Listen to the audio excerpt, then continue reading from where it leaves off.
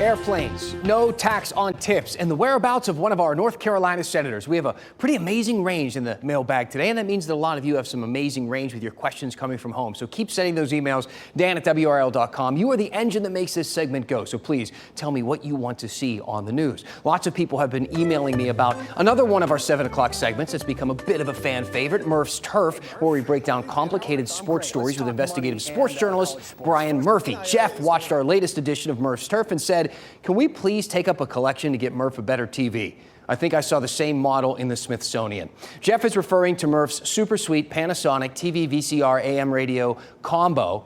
What I can say is that Murph keeps it old school. I know that. I went down there to snoop around today because what's more interesting than his TV is what he is watching on it. Check out the stack of tapes. Watch when we zoom in again. The Simpsons Tape 3. Where do we have it? Well, it's a Simpsons tape. I guess that means that there is a Tape 1 and a Tape 2. Where are they? I'm not sure. Let's move on to an email I got about our segment last week on airplane safety. We talked about the 2 strange incidents out of RDU, a wing flap landing in someone's driveway and people sent to the hospital because of turbulence. Well, it turns out RDU is part of some of the most turbulent airplane routes in the country. If you missed that segment, you can find it on the WRAL YouTube page. Donald saw it and he sent me this. Dan, unfortunately, you are reporting the incorrect news. It is safe to fly and getting safer every decade. Now wait, Donald, did you watch the segment? Don't lie, because that sounds awfully familiar. Let's roll the tape. Flying has never been safer. MIT published a study last year saying commercial flights have gotten nearly twice as safe every decade since the 60s. All right.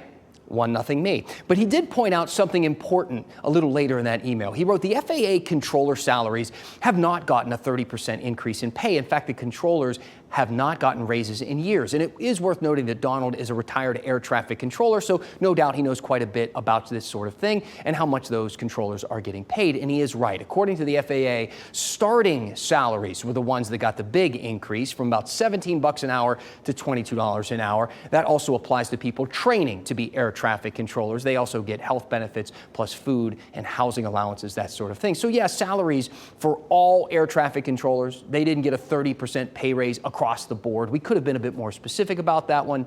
So, okay, 1-1. Moving now to a not so specific question from a viewer named Sherry. She asks, where is Ted Budd?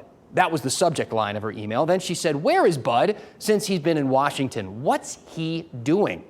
So Sherry, we don't have a Budd tracker, but we do have his website and his feeds on X and Facebook. Here's a post from April when Budd shook hands with Christina Cook, the NC grad turned astronaut. Here's a video posted a couple of weeks ago talking from the Senate floor about a drug trafficking investigation in Western North Carolina. But that's not really what Sherry was looking for, was it? Her email continues, why aren't you asking for his opinion on the BBB? That's the big, beautiful bill. And Sherry, he has posted about that as well. He wrote, I voted in favor of the One Big Beautiful Bill Act. I hope my colleagues in the House quickly get this bill on President Trump's desk. And they did, and the president did sign it. So I suppose that's where Senator Budd has been. But let's stay on the big, beautiful bill for just one moment, because we got a question about one of the provisions tucked inside, the no tax on tips.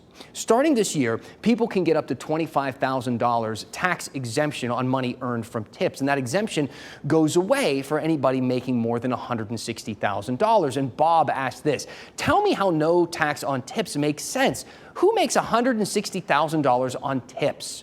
Well, we looked and we really couldn't find anyone online claiming to make that much money in tips alone. We did find a story from a couple of years ago in Texas. A waiter reported receiving an $18,000 tip.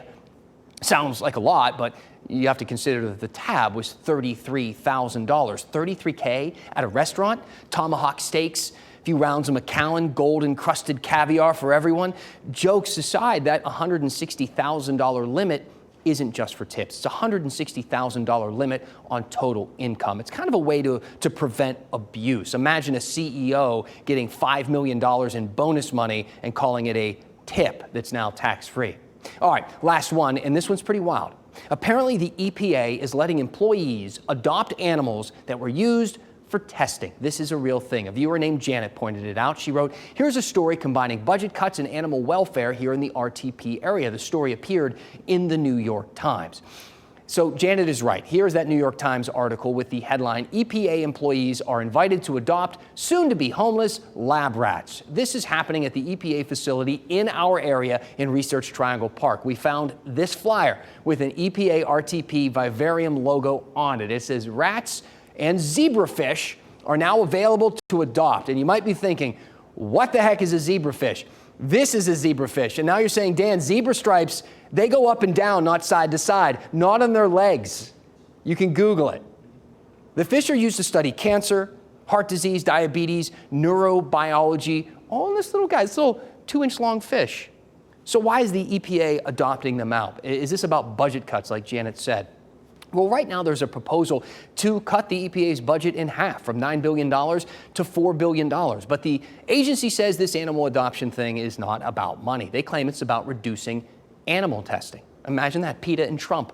They're apparently on the same page on this one. An EPA spokesperson sent us a statement that reads in part, the Trump EPA is working to get as many animals into loving homes as possible. As EPA works to get back on track reducing animal testing, the agency will continue adhering to the gold standard of science when conducting research to support its statutory responsibilities.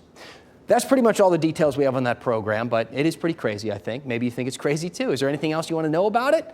I wouldn't mind digging back in. Send me an email, dan@WRAL.com. Let me know the other crazy stories you want us to talk about. Tell me what is on your mind, and we will go in depth.